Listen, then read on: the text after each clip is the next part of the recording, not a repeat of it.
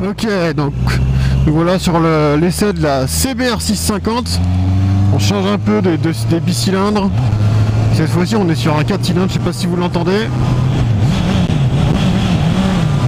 Il fait un bruit super doux. C'est marrant, c'est vraiment un bruit feutré quoi. Ça change complètement le Lux Verna d'avant, qui était un moteur beaucoup plus rugueux. Là on est sur quelque chose qui est vraiment ultra doux. Plutôt agréable.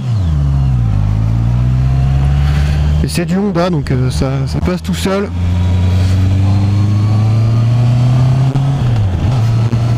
C'est une moto récente qui vient de sortir il y a quelques mois et qui est convertible à 2. Donc c'est un peu la nouvelle Hornet. Donc 650 cm3, 4 cylindres et une centaine de chevaux à fond. Et là donc bridable à 2. Je crois qu'elle fait 95 chevaux en full. Donc elle est totalement bridable à 2. Et c'est un des rares 4 cylindres qui est bridable à 2.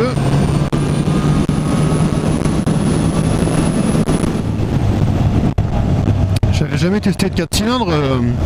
On m'a toujours dit que les 4 cylindres c'était de la douceur avant tout et c'est assez bluffant comme c'est. Comme le moteur se fait presque oublier quoi. Ça pousse mais c'est pas on-off. C'est dans la douceur, même le bruit est plutôt doux on va dire. Un bruit assez sourd, assez agréable. Par contre, contrairement à un bi, il faut vraiment aller chercher, plus loin dans les tours si on veut avoir un truc, c'est beaucoup plus progressif. Mais par contre, voilà, là je suis en 4ème à 30 km/h dans le rond-point et ça râle absolument pas. La suspension est vachement agréable, elle est sur un rail en fait. La moto est relativement lourde, j'ai pas regardé les kilos mais ça m'a l'air en tout cas à l'arrêt plus lourd qu'une MT. Mais la suspension est beaucoup plus rigide à l'avant. Et contrairement à une MT-07, on a un traction control.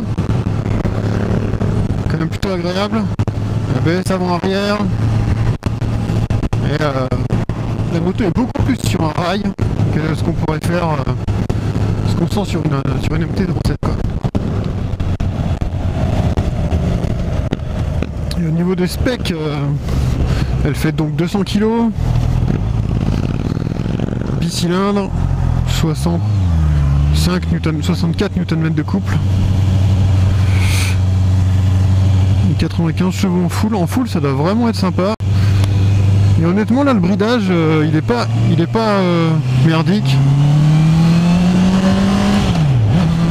Ça pousse très bien.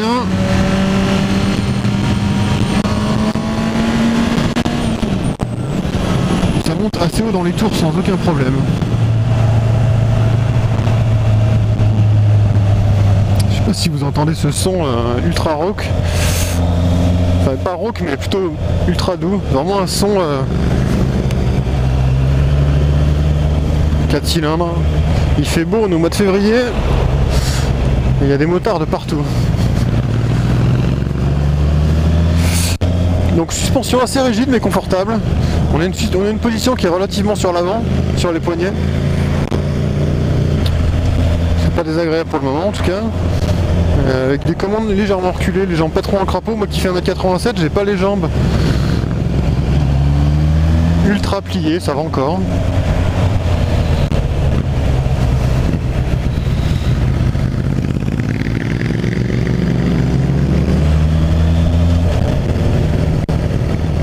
Les freins, c'est de la moto neuve en plus, c'est du Honda donc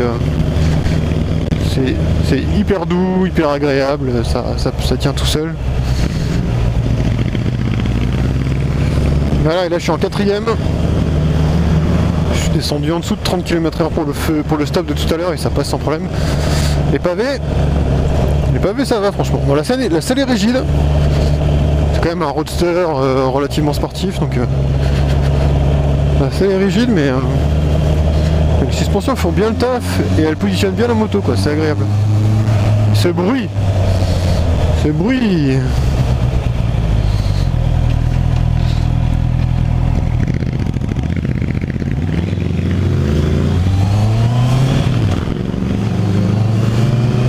fait elle passe toute seule.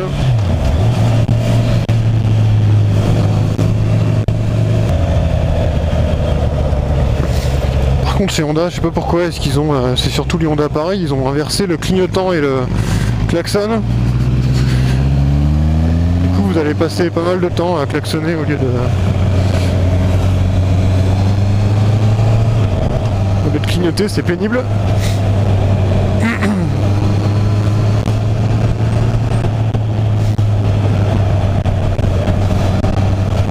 Alors neuve, cette moto là elle est à 7000 balles, c'est-à-dire dans la gamme de prix de la MT.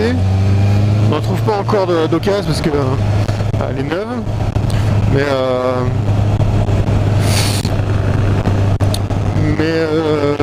voilà quoi.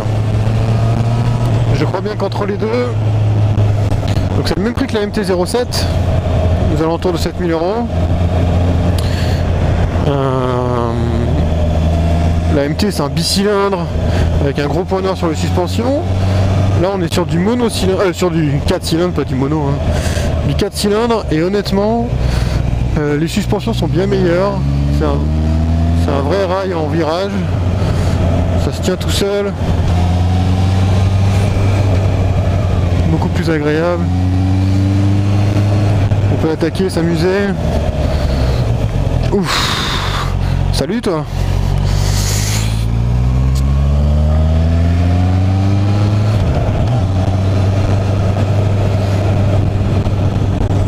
Et le look, alors bon, on est obligé de parler un peu du look, hein. Personnellement, je préfère largement celle-ci avec les nouvelles Honda en néo rétro que la MT qui est vraiment moche et qui est vraiment la moto à tout le monde, qui est un peu la moto de référence dans ce secteur en même temps. Et c'est vraiment deux moteurs par contre assez différents. La MT elle pousse au crime. Elle a un moteur peut-être plus coupé dans les bas régimes, plus bicylindre, hein. Alors que celle-ci elle a un moteur légèrement très doux, voilà, très facile, mais par contre dès que vous envoyez sur la poignée ça part assez bien. C'est marrant, ça fait déjà 2 ou 3 fois que je me fais avoir. En fait je veux passer une vitesse alors que je suis déjà en 6. Le moteur est tellement souple que même là où je roule à 50-60 je suis en 4 ou en 5 en 5 ou en 6 je veux dire, sans problème, et je vais passer une vitesse alors que je suis déjà en 6 en fait. C'est vraiment une douceur, pas besoin de tricoter des masses, vraiment super sympa.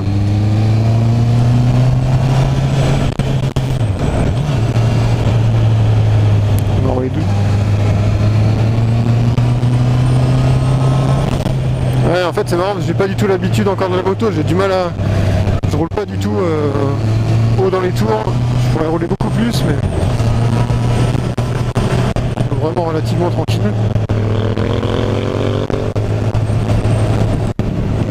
Le compteur est... j'en ai pas parlé encore, il est plutôt joli ce compteur. Fond noir avec écriture blanche et il est super complet. Indicateur de rapport engagé, régime moteur évidemment, vitesse, l'heure, la conso, température moteur, enfin, il y a vraiment tout. C'est pas un écran TFT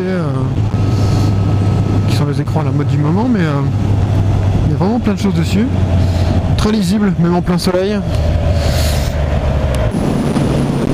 Hello amigo. Ouais, sur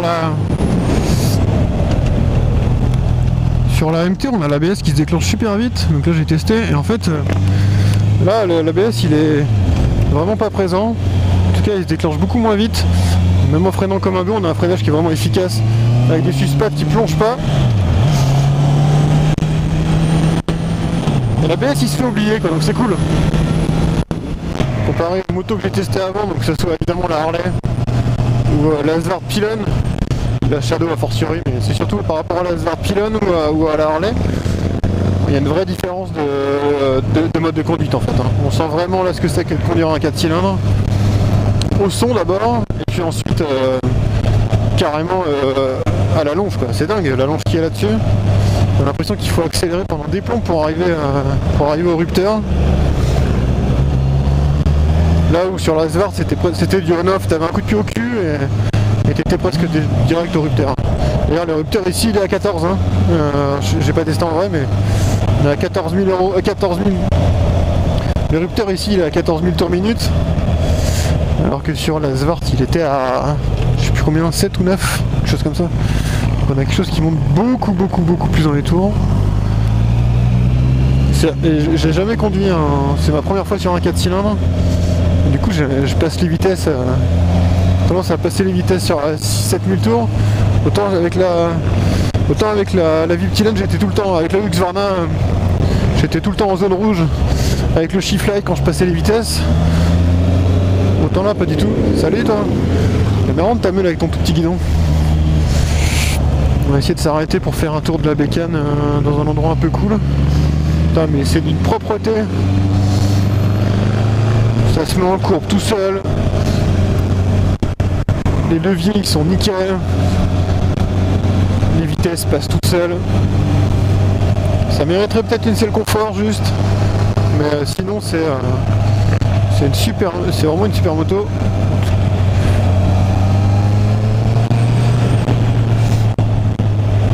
Là je suis en 5ème à 50 et ça repart tout seul.